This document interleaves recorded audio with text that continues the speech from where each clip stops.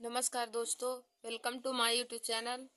आज मैं आप सभी लोगों को मैथ में मेंसुरेशन के बारे में बताऊंगी। देखिए दोस्तों, आज का हमारा टॉपिक है मेंसुरेशन। तो मैं आप लोगों को आज मेंसुरेशन में 2D और 3D के बारे में बताऊंगी। देखिए दोस्तों, 2D क्या होता है और 3D। तो 2D का मतलब होता है जिसमें ऐसी आकृति जिसमें केवल लंबाई और चौड़ाई हो। 2D का मतलब होता है कि ऐसी आकृति जिसमें केवल लंबाई और चौड़ाई हो, उसे हम 2D कहते हैं। और देखिए दोस्तों, 3D का मतलब क्या होता है कि ऐसी आकृति जिसमें लंबाई, चौड़ाई और ऊंचाई तीनों स्थित हों। ऐसी आकृति जिसमें लंबाई, चौड़ाई एवं ऊंचाई तीनों स्थित हो, उसे हम 3D कहते हैं। और 2D का मतलब हो जाएगा ऐसी आकृति जिसमें लंबाई और चौड़ाई स्थित हो। तो देखिए दोस्तों, 2D में हमारे कौन कौन से आकृति आते हैं। तो 2D में हमारा हो जाएगा वर्ग। वर्ग यानी कि स्क्वायर। वर्ग को इंग्लिश में स्क्वायर बोलते हैं। फिर देखिए दोस्तों, हमारा दूसरा क्या हो जाएगा, आयत। आयत यानी कि रेक्टेंगल्स। फिर हमारा हो जाएगा त्रिभुज। त्रिभुज यानी कि ट्राइंगल्स। फिर देखिए दोस्तों, चतुर्भुज यानी कि क्वाड्रिलेटरल। फिर हमारा अगला हो जाएगा वृत्त यानी कि सर्कल। तो इतनी आकृतियां हमारे 2D में आते हैं जिसमें केवल लंबाई और चौड़ाई होती हैं। तो ऐसी आकृतियों को हम 2D आकृति कहते हैं। और 2D में हमारे आते हैं वर्ग, आयत है, त्रिभुज, चतुर्भुज और वृत्त। वर्ग का मतलब, वर्ग को इंग्लिश में स्क्वायर बोलते हैं, आयत को रेक्टेंगल्स बोलते हैं, त्रिभुज को ट्राइंगल्स, चतुर्भुज को क्वाड्रिलेटरल और वृत्त को सर्कल बोलते हैं। तो इतनी आकृतियां हमारी 2D में आती हैं। अब फिर दोस्तों, अब हम देखेंगे 3D। तो 3D का मतलब होता है ऐसी आकृति जिसमें लंबाई, चौड़ाई और ऊंचाई तीनों स्थित हों। ऐसी आकृति जिसमें लंबाई, चौड़ाई और ऊंचाई तीनों स्थित हों, उन्हें हम 3D कहते हैं। तो देखिए दोस्तों, 3D में कौन कौन सी आकृति आएंगी। तो 3D में हमारा नंबर 1 है घन। घन यानी कि क्यूब। फिर दूसरा है घनाभ यानी कि क्यूबिड। फिर हमारा तीसरा है बेलन यानी कि सिलेंडर।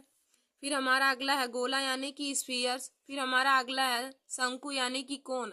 और दोस्तों, छिन्नक भी इसी में आता है। छिन्नक भी हमारा 3D आकृति में आता है, क्योंकि छिन्नक में भी लंबाई, चौड़ाई और ऊंचाई होती है। तो देखिए दोस्तों, जिन आकृतियों में लंबाई, चौड़ाई और ऊंचाई स्थित रहेगा वह हमारा 3D में आएगा। और जिन आकृतियों में केवल लंबाई और चौड़ाई होगा वह हमारा 2D आकृति में आएगा। तो हमने आप लोगों को 2D और 3D के बारे में अंतर बता दिया कि 2D आकृति किसे कहेंगे और 3D आकृति। देखिए दोस्तों, जिस आकृतियों में लंबाई और चौड़ाई केवल दिया रहेगा, जिन आकृतियों में केवल लंबाई और चौड़ाई होता है वह 2D की श्रेणी में आएगा। और जिन आकृतियों में लंबाई, चौड़ाई और ऊंचाई तीनों स्थित रहेगा वह 3D आकृति के अंतर्गत आएगा। तो 2D में देखिए दोस्तों, कौन कौन से हमारे आकृति आते हैं। नंबर 1 वर्ग है, नंबर 2 आयत, नंबर 3 त्रिभुज, नंबर 4 चतुर्भुज और नंबर 5 हमारा सर्कल होता है। और 3D में देखिए दोस्तों, तो 3D में हमारा आता है घन है, घनाभ है, बेलन है, गोला है और शंकु। घन, घना, बेलन, गोला, शंकु और गोला और अर्धगोला भी होता है, हेमी स्फीयर। गोला का मतलब स्फीयर हो जाएगा और अर्धगोला का मतलब हेमी स्फीयर। तो गोला, अर्धगोला सभी 3D के अंतर्गत आते हैं। तो आइए दोस्तों, इन सभी के बारे में हम आप लोगों को डिटेल में जानकारी देते हैं। तो देखिए दोस्तों, हमारा पहला, हम आप लोग को पहले बताएंगे वृत्त के बारे में। वृत्त यानी कि सर्कल। तो देखिए दोस्तों, सर्कल में हमारी त्रिज्या होती है। तो हम त्रिज्या के बारे में आप लोग को बताएंगे। त्रिज्या का डिफिनीशन क्या हो जाएगा कि वृत्त की केंद्र से परिधि तक की दूरी को, वृत्त की केंद्र से परिधि तक की दूरी को वृत्त की त्रिज्या यानी कि रेडियस कहते हैं। देखिए दोस्तों, जैसे यही हमारा एक वृत्त बना हुआ है, यही वृत्त बना है, यही वृत्त का केंद्र है। तो वृत्त की केंद्र से, यह वृत्त का केंद्र है और यह चारों तरफ जो है यह वृत्त की परिधि है। तो वृत्त की केंद्र से परिधि तक की दूरी को हम वृत्त की त्रिज्या कहते हैं। तो यहाँ केंद्र है और यह वृत्त की परिधि है। तो यहाँ वृत्त की केंद्र से परिधि तक की दूरी को हम वृत्त की त्रिज्या कहते हैं। और दोस्तों, वृत्त की त्रिज्या को कैपिटल आर या स्मॉल आर से प्रदर्शित करते हैं। तो वृत्त की त्रिज्या की परिभाषा क्या हो जाएगा कि वृत्त की केंद्र से परिधि तक की दूरी को वृत्त की त्रिज्या यानी कि रेडियस कहते हैं। फिर हम दूसरा देखेंगे दोस्तों, वृत्त में व्यास होता है। तो व्यास क्या होता है, व्यास यहाँ से लेके यहाँ तक यानी कि त्रिज्या की दोगुनी दूरी को वृत्त का व्यास यानी कि डायमीटर कहते हैं। देखिए दोस्तों, व्यास का परिभाषा क्या हो जाएगा कि त्रिज्या की दोगुनी दूरी को व्यास यानी कि डायमीटर कहते हैं, और व्यास को हम कैपिटल डी से प्रदर्शित करते हैं। और देखिए दोस्तों, वृत्त की त्रिज्या और व्यास में संबंध क्या होता है कि 2r इक्वल टू डी होता है, यानी कि त्रिज्या की दोगुनी दूरी व्यास के बराबर होता है। यदि किसी वृत्त की त्रिज्या 5 सेंटीमीटर दिया है और उसका व्यास पूछे तो क्या हो जाएगा, तो दोस्तों डी बराबर होता है 2r, और r का मान हमें 5 दिया है तो व्यास उसका 10 मीटर हो जाएगा। तो त्रिज्या की दोगुनी दूरी ही वृत्त का व्यास कहलाता है। तो देखिए दोस्तों, वृत्त के क्षेत्रफल का फार्मूला होता है पाई आर स्क्वायर। वृत्त के क्षेत्रफल का फार्मूला हो जाएगा पाई आर स्क्वायर, और वृत्त की परिधि बराबर होता है 2 पाई आर। वृत्त की परिधि होता है 2 पाई आर और वृत्त का क्षेत्रफल होता है पाई आर स्क्वायर। और दोस्तों, यदि पाई का मान पूछे तो पाई का मान होता है 22/7 या 22/7 होता है, या फिर हम कह सकते हैं 3.14। यदि दशमलव में पूछे तो होता है 3.14, और पाई का मान 22/7 होता है। तो पाई का मान 2 होता है 22/7 या 3.14। यदि हम दशमलव में लेंगे तो यह हो जाएगा 3.14। फिर देखिए दोस्तों, आगे हम देखेंगे त्रिभुज। त्रिभुज यानी कि ट्राइंगल, जिसको इंग्लिश में ट्राइंगल बोलते हैं। तो देखिए दोस्तों, अगला हमारा टॉपिक है ट्राइंगल यानी कि त्रिभुज। तो हम पहले आप लोगों को त्रिभुज का परिभाषा बताते हैं, त्रिभुज किसे कहते हैं। तो देखिए दोस्तों, त्रिभुज का परिभाषा हो जाएगा कि 3 भुजाओं से घिरी हुई बंद आकृति को त्रिभुज कहते हैं। 3 भुजाओं से घिरी हुई बंद आकृति को त्रिभुज कहते हैं। और देखिए दोस्तों, त्रिभुज त्रिभुज का परिभाषा हो जाएगा कि 3 भुजाओं से घिरी हुई बंद आकृति को त्रिभुज कहते हैं। तो देखिए दोस्तों, हमने यहाँ पे एक त्रिभुज बनाया है, त्रिभुज एबीसी। तो त्रिभुज एबीसी, और देखिए दोस्तों, यहाँ पे त्रिभुज की तीनों अंतःकोणों का योग 180 अंश होता है। यह रूल होता है कि त्रिभुज की तीनों अंतःकोणों का योग 180 अंश हो जाएगा। तो हो जाएगा यहाँ पे कोण ए प्लस कोण बी प्लस कोण सी इक्वल टू 180 डिग्री। कोण ए प्लस कोण बी प्लस कोण सी इक्वल टू 180 डिग्री हो जाएगा। त्रिभुज की तीनों अंतःकोणों का योग 180 अंश होता है। तो त्रिभुज का परिभाषा क्या हो जाएगा कि 3 भुजाओं से घिरी हुई बंद आकृति को 3 भुजाओं से घिरी हुई बंद आकृति को त्रिभुज कहते हैं। तो त्रिभुज का नियम होता है कि त्रिभुज की तीनों अंतःकोणों का योग 180 अंश होगा। त्रिभुज की तीनों अंतःकोणों का योग 180 अंश होगा। देखिए दोस्तों, जैसे हमारा यहाँ पे एक त्रिभुज दिया है। देखिए दोस्तों, जैसे हमारा यहाँ पे एक त्रिभुज दिया है, त्रिभुज एबीसी। त्रिभुज एबीसी दिया है, इसमें कोण ए बराबर हमारा 40 डिग्री दिया है, कोण बी बराबर 20 डिग्री दिया है, और कोण सी का मान हमें पूछा गया है। ये त्रिभुज एबीसी है, इसी में हमें कोण सी का मान ज्ञात करना है। कोण ए बराबर हमारा 40 डिग्री है, कोण बी बराबर 20 डिग्री, और कोण सी का मान हमें ज्ञात करना है। तो देखिए दोस्तों, हम इसको कैसे ज्ञात करेंगे। तो हमने आप लोगों को अभी बताया कि त्रिभुज की तीनों अंतःकोणों का योग 180 डिग्री होता है। त्रिभुज की तीनों अंतःकोणों का योग 180 डिग्री होता है। तो यहाँ पे हो जाएगा कोण ए प्लस कोण बी प्लस कोण सी बराबर 180 डिग्री। कोण ए प्लस कोण बी प्लस कोण सी बराबर 180 डिग्री। कोण ए का मान हमारा 40 है, हो जाएगा 40 प्लस कोण बी का मान 20 प्लस कोण सी इक्वल टू हो जाएगा 180 डिग्री। देखिए दोस्तों, त्रिभुज की तीनों अंतःकोणों का योग 180 डिग्री होता है। कोण ए का मान हमें 40 है, कोण बी का मान 20 डिग्री, कोण सी का मान हमें ज्ञात करना है। तो यहाँ से हो जाएगा 40 20 हमारा 60 हो जाएगा, प्लस में कोण सी इक्वल टू 180 डिग्री हो जाएगा। अब हमें ये कोण सी का मान ज्ञात करना है, तो हम 60 को उधर पश्चांतर कर देंगे। देखिए दोस्तों, 60 इधर प्लस में है, उधर जाने के बाद माइनस हो जाएगा। तो हो जाएगा कोण सी बराबर 180 माइनस में 60 डिग्री। कोण सी बराबर हो जाएगा 180 माइनस 60 डिग्री। तो 180 में से 60 घटाएंगे तो हो जाएगा 120, यानी कि कोण सी का मान हो जाएगा 120 डिग्री। यही कोण सी का मान हमें पता चल गया। तो हमने आप लोग को हमें क्वेश्चन में देखिए दोस्तों क्या कहा था कि एक त्रिभुज एबीसी है जिसमें कोण ए का मान 40 डिग्री है, कोण बी का मान 20 डिग्री, और कोण सी का मान हमें ज्ञात करना है। तो हम कौन से रूल का इसको कैसे निकालेंगे। तो देखिए दोस्तों, हमने आप लोगों को बताया है कि त्रिभुज की तीनों अंतःकोणों का योग 180 डिग्री होता है। तो हम लिखेंगे कोण ए प्लस कोण बी प्लस कोण सी बराबर 180 डिग्री। अब हमें कोण ए और कोण बी का मान दिया है और कोण सी का मान हमें ज्ञात करना है। तो हम कोण ए की जगह पे लिखेंगे 40 प्लस में 20 प्लस में कोण सी इक्वल टू 180 डिग्री। अब 40 में 20 जोड़ेंगे तो यहाँ पे हो जाएगा 60 प्लस कोण सी बराबर 180 डिग्री। 60 प्लस में कोण सी बराबर 180 डिग्री। अब कोण सी का मान ज्ञात करना है तो कोण सी बराबर हो जाएगा 180 माइनस में 60। कोण सी बराबर हो जाएगा 180 माइनस में 60, तो 180 में से 60 घटाएंगे तो 120 डिग्री आ जाएगा। यानी कि कोण सी का मान हमें आ गया 120 डिग्री। यही हमारा इस क्वेश्चन का राइट आंसर हो जाएगा। फिर देखिए दोस्तों, जैसे हम यहाँ पे दूसरा क्वेश्चन लेते हैं। जैसे हमें दूसरा क्वेश्चन दिया है कि कोण ए बराबर त्रिभुज ABC हमें दिया है।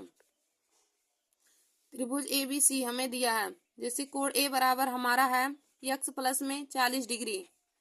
कोण बी बराबर हमें दिया है x माइनस में 20 डिग्री। और कोण सी बराबर हमें दिया है 4x। तो x का मान ज्ञात कीजिए। तो x का मान ज्ञात कीजिए। देखिए दोस्तों, हमें एक त्रिभुज ABC दिया है। त्रिभुज हमें ABC दिया है जिसमें कोण ए बराबर x प्लस 40 डिग्री, कोण बी बराबर x माइनस में 20 डिग्री और कोण सी बराबर 4x है। तो हमें x का मान ज्ञात करना है। तो देखिए दोस्तों, हमने आप लोग को बताया है कि त्रिभुज की तीनों अंतःकोणों का योग 180 डिग्री होता है। तो यहाँ से हम लिखेंगे कोण ए प्लस कोण बी प्लस कोण सी बराबर 180 डिग्री। त्रिभुज की तीनों अंतःकोणों का योग 180 डिग्री होता है। तो हो जाएगा कोण ए प्लस कोण बी प्लस कोण सी बराबर 180 डिग्री। अब कोण ए का मान हमें x प्लस 40 डिग्री दिया है, तो यहाँ से हो जाएगा x प्लस में 40 और कोण बी का मान है x माइनस में 20 प्लस में कोण सी का मान 4x बराबर में 180 डिग्री हो जाएगा। अब दोस्तों, हम x को एक साथ जोड़ेंगे और संख्या वाला एक साथ। तो देखिए दोस्तों, x प्लस x 2x हो जाएगा और 2x में 4x को जोड़ेंगे तो 6x हो जाएगा। x प्लस x 2x में 4x जोड़ेंगे तो 6x हो जाएगा। फिर हमारा प्लस हो जाएगा, 40 में से 20 जाएगा तो 20 बराबर में हमारा 180 डिग्री हो जाएगा। फिर अब देखिए दोस्तों, हम इधर 20 हमारा प्लस में है, उधर जाने के बाद माइनस हो जाएगा। तो यहाँ से हो जाएगा 6x बराबर 180 माइनस में 20। 6x बराबर हो जाएगा 180 माइनस में 20। यहाँ से 6x बराबर क्या हो जाएगा, 180 में से 20 घटाएंगे तो 160 हो जाएगा। अब हमें x का मान निकालना है। तो x बराबर क्या हो जाएगा, देखिए दोस्तों, यहाँ पे 6 इसके साथ x के साथ गुणा कर रहा है, इधर आएगा तो बटे में हो जाएगा, यानी कि भाग करेगा। तो x बराबर हो जाएगा 160 बटे में 6।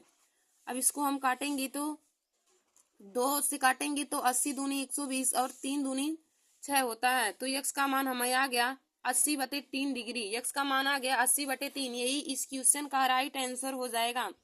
देखिए दोस्तों, हमें क्वेश्चन दूसरा क्या कहा था कि हमारे पास एक त्रिभुज ABC है।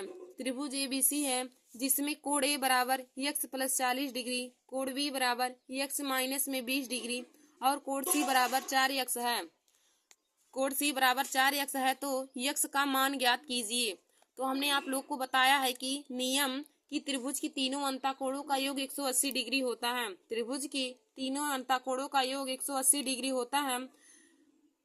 तो हम लिखेंगे कोण ए प्लस कोण बी प्लस कोण सी बराबर 180 डिग्री। अब देखिए, कोण ए का मान हमें दिया है x प्लस 40, तो हम कोण ए की जगह पे रखेंगे x प्लस 40 प्लस में कोण बी की जगह पे x माइनस में 20 प्लस में कोण सी की जगह पे 4x बराबर में 180 डिग्री।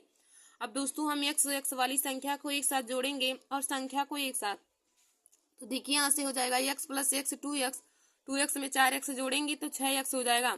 6x प्लस में हमारा 20 हो जाएगा बराबर में 180 डिग्री। 6x प्लस 20 बराबर में 180 डिग्री। अब देखिए दोस्तों, इधर 20 प्लस में उधर जाने के बाद माइनस हो जाएगा। तो हो जाएगा 6x बराबर 180 माइनस में 20। 6x बराबर हो जाएगा 180 माइनस में 20। तो 6x बराबर हो जाएगा 180 में से 20 जाएगा तो 160 यहाँ पे बचेगा। फिर अब हम x का मान निकालेंगे। तो देखिए दोस्तों, 6 इधर गुणा कर रहा है, इधर आने के बाद भाग करेगा तो x बराबर हो जाएगा 160 बटे में 6। x बराबर हो जाएगा 160 बटे में 6। तो काटेंगे तो हो जाएगा 80 बटे में 3। तो x का मान हमारे निकल के आ गया 80 बटे 3। तो दोस्तों, आशा करती हूँ कि आप लोगों को दूसरा क्वेश्चन भी समझ में आया होगा।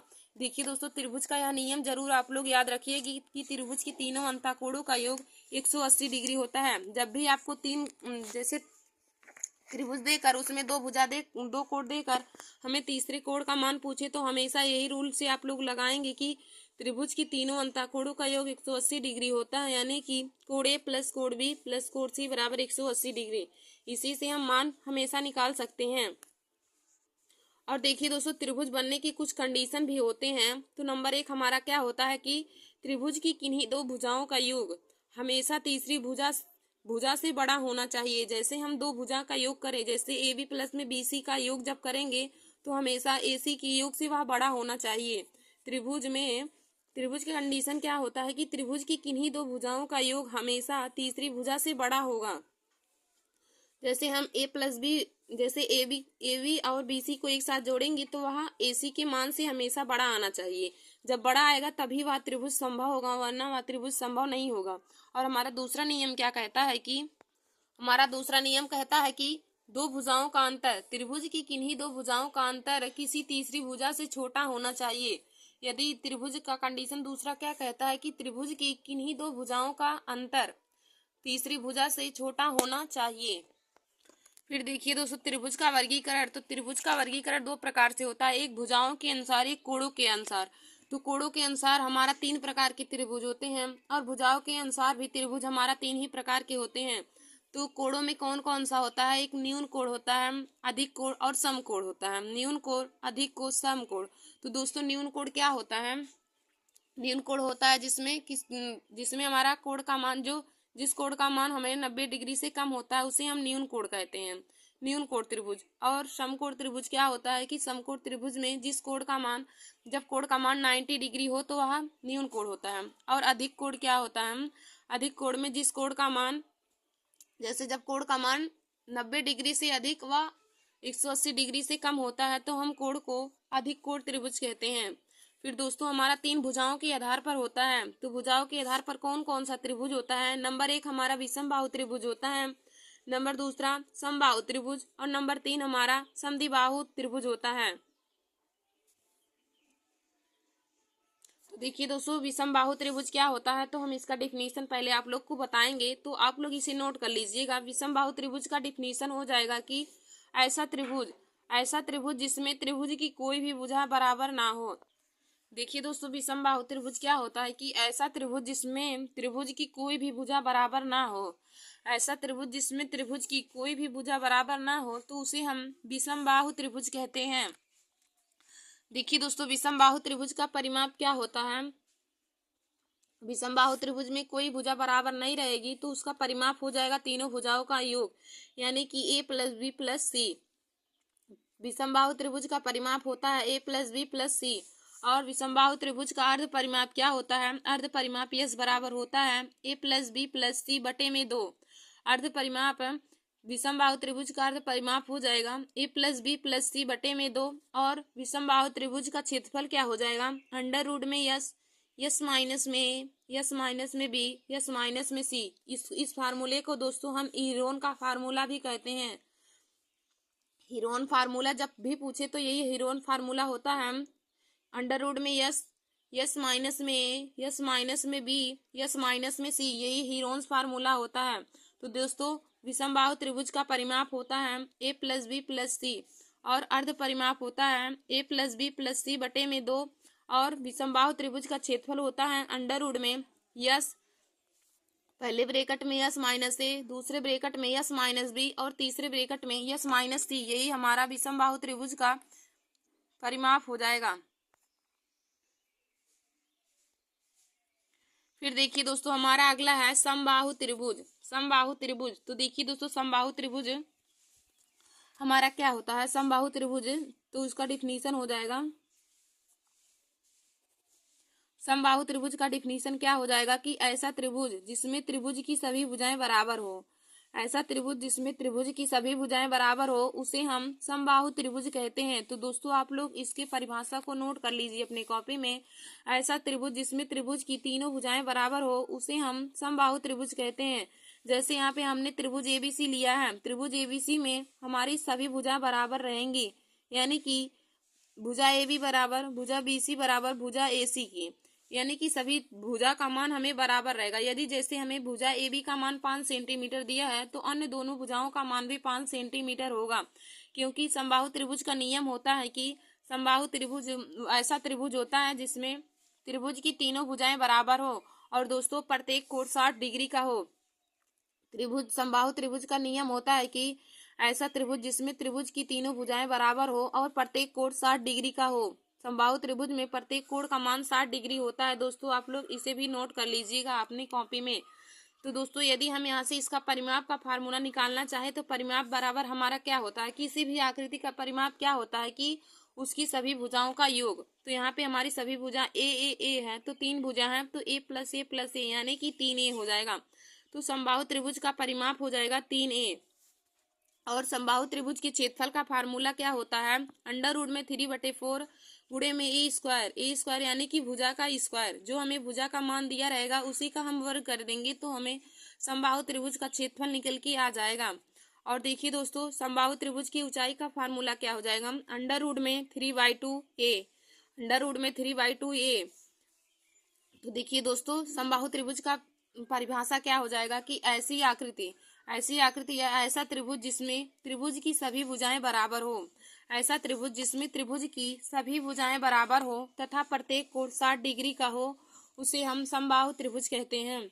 समबाहु त्रिभुज का परिमाप क्या हो जाएगा 3a। समबाहु त्रिभुज का परिमाप हो जाएगा 3a और समबाहु त्रिभुज का क्षेत्रफल हो जाएगा अंडर रूट में 3/4a गुणे में भुजा स्क्वायर, अंडर रूट में 3/4 भुजा स्क्वायर।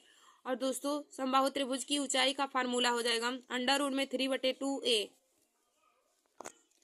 फिर देखिए दोस्तों हमारा अगला है समद्विबाहु त्रिभुज। समद्विबाहु त्रिभुज क्या होता है कि ऐसा त्रिभुज, समद्विबाहु त्रिभुज का परिभाषा हो जाएगा ऐसा त्रिभुज जिसमें त्रिभुज की दो भुजाएं बराबर हो।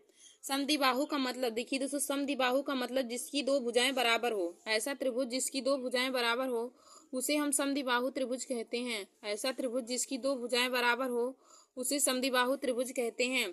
तो देखिए दोस्तों समद्विबाहु त्रिभुज ये जैसे है, इसमें हमारी दो भुजा बराबर रहेंगी। देखिए जैसे त्रिभुज ABC हमारा है, त्रिभुज ABC है, इसमें हमारी दो भुजा बराबर रहेंगी। तो दो भुजा का मान ए है और तीसरी भुजा का मान हमने B लिया है। जो दो भुजा बराबर रहेंगी उसका मान ए मीटर है और जो भुजा बराबर नहीं रहेगी उसका मान B मीटर लिया है। तो समद्विबाहु त्रिभुज का मतलब होता है कि ऐसी आकृति या फिर हम बोल सकते हैं ऐसा त्रिभुज जिसमें त्रिभुज की केवल दो भुजा बराबर हो उसे हम समद्विबाहु त्रिभुज कहते हैं। देखिए दोस्तों यहाँ से यदि हम परिमाप निकालना चाहें समद्विबाहु त्रिभुज का परिमाप, तो समद्विबाहु त्रिभुज के परिमाप का फार्मूला हो जाएगा a प्लस बी यानी कि यहाँ से करेंगे तो 2a प्लस बी हो जाएगा। तो समद्विबाहु त्रिभुज के परिमाप का फार्मूला हो जाएगा 2a प्लस में b। फिर दोस्तों यदि इसका ऊंचाई निकालना चाहे तो समद्विबाहु त्रिभुज की ऊंचाई का फार्मूला क्या हो जाएगा, अंडर रूट में 4a स्क्वायर माइनस में b स्क्वायर बटे में 2। समद्विबाहु त्रिभुज की ऊंचाई का फार्मूला हो जाएगा अंडर रूट में 4a स्क्वायर माइनस में b स्क्वायर बटे में 2 हो जाएगा। यह समद्विबाहु त्रिभुज की ऊंचाई का फार्मूला हो जाएगा। फिर देखिए दोस्तों यदि हम समद्विबाहु त्रिभुज का क्षेत्रफल निकालें तो इसके क्षेत्रफल का फार्मूला क्या हो जाएगा, b बटे में 4 अंडर रूट में 4a स्क्वायर माइनस में b स्क्वायर हो जाएगा। समद्विबाहु त्रिभुज के क्षेत्रफल का फार्मूला हो जाएगा b बटे में 4 अंडर रूट में 4a स्क्वायर माइनस में b स्क्वायर हो जाएगा। तो समद्विबाहु त्रिभुज के परिमाप का फार्मूला हो जाएगा 2a प्लस में b। समद्विबाहु त्रिभुज की ऊंचाई का फार्मूला हो जाएगा अंडर रूट में 4a स्क्वायर माइनस में b स्क्वायर बटे में 2 हो जाएगा। और समद्विबाहु त्रिभुज के क्षेत्रफल का फार्मूला हो जाएगा b बटे में 4 अंडर रूट में 4a स्क्वायर माइनस में b स्क्वायर। देखिए दोस्तों a हमारा जो है वह समान भुजा का मान होगा और v जो है वह असमान भुजा का मान होता है। तो समद्विबाहु त्रिभुज का परिभाषा होता है कि ऐसा त्रिभुज जिसमें त्रिभुज की केवल दो भुजा बराबर हों उसे हम समद्विबाहु त्रिभुज कहते हैं। समद्विबाहु त्रिभुज का परिमाप का फार्मूला हो जाएगा 2a प्लस में b। समद्विबाहु त्रिभुज की ऊंचाई का फार्मूला हो जाएगा अंडर रूट में 4a स्क्वायर माइनस में b स्क्वायर बटे में 2 हो जाएगा। और क्षेत्रफल का फार्मूला हो जाएगा b बटे में 4 अंडर रूट में 4a स्क्वायर माइनस में b स्क्वायर हो जाएगा। फिर देखिए दोस्तों आगे हमारा टॉपिक है चतुर्भुज। तो चतुर्भुज हमारा 3 प्रकार का हो जाएगा, समचतुर्भुज, समलंब चतुर्भुज और समांतर चतुर्भुज। तो पहले हम आप लोगों को समचतुर्भुज के बारे में बताएंगे। समचतुर्भुज यानी कि इसको हम इंग्लिश में रोम्बस बोलते हैं। देखिए दोस्तों समचतुर्भुज क्या होता है, इसका हम परिभाषा आप लोग को बताएंगे और इससे संबंधित फार्मूला भी बताएंगे। तो समचतुर्भुज का मतलब देखिए दोस्तों, समचतुर्भुज यानी कि सम मतलब समान, जिसकी सभी भुजाएं बराबर हो, जिस चतुर्भुज की चारों भुजा बराबर हो, जिस चतुर्भुज की चारों भुजा बराबर हो तथा दोनों विकर्ण एक दूसरे को 90 डिग्री पर काटते हैं और जिसकी आमने सामने की कोण भी बराबर हो, तो ऐसे चतुर्भुज को हम समचतुर्भुज कहते हैं। देखिए दोस्तों, समचतुर्भुज का परिभाषा क्या हो जाएगा, जिस चतुर्भुज की चारों भुजा बराबर हो, जिस चतुर्भुज की चारों भुजा बराबर हो तथा जिसके दोनों विकर्ण एक दूसरे को 90 डिग्री पर काटते हैं तथा जिस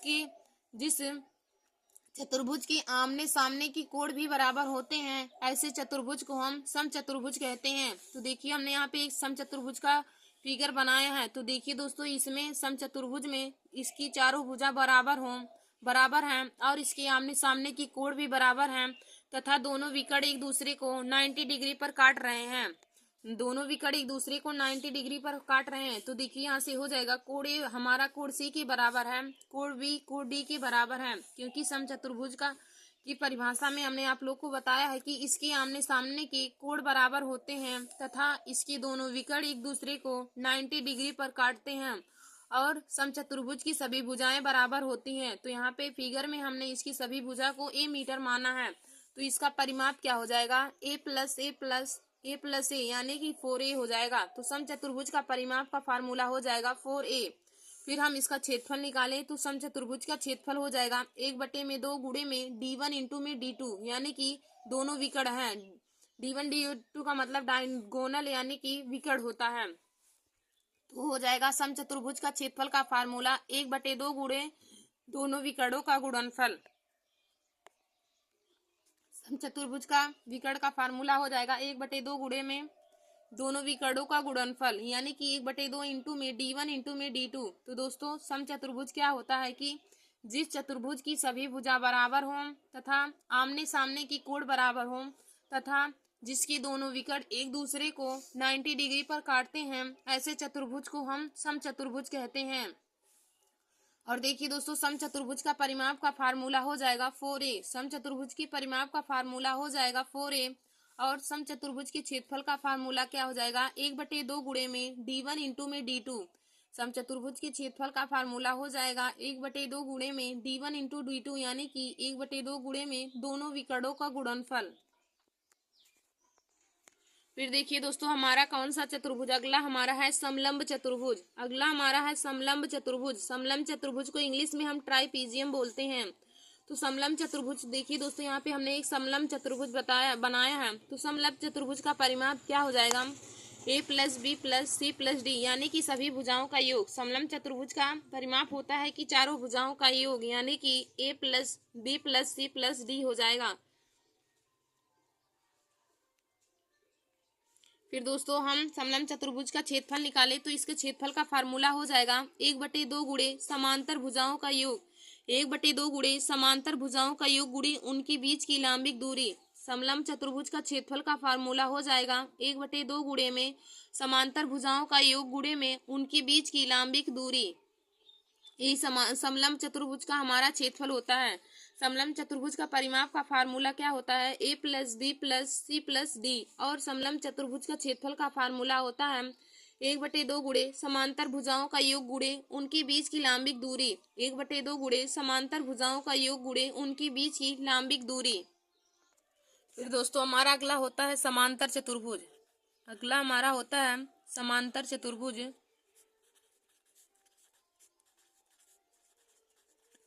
तो देखिए दोस्तों, समांतर चतुर्भुज का परिभाषा क्या हो जाएगा, ऐसा चतुर्भुज जिसके आमने सामने की भुजा बराबर हो।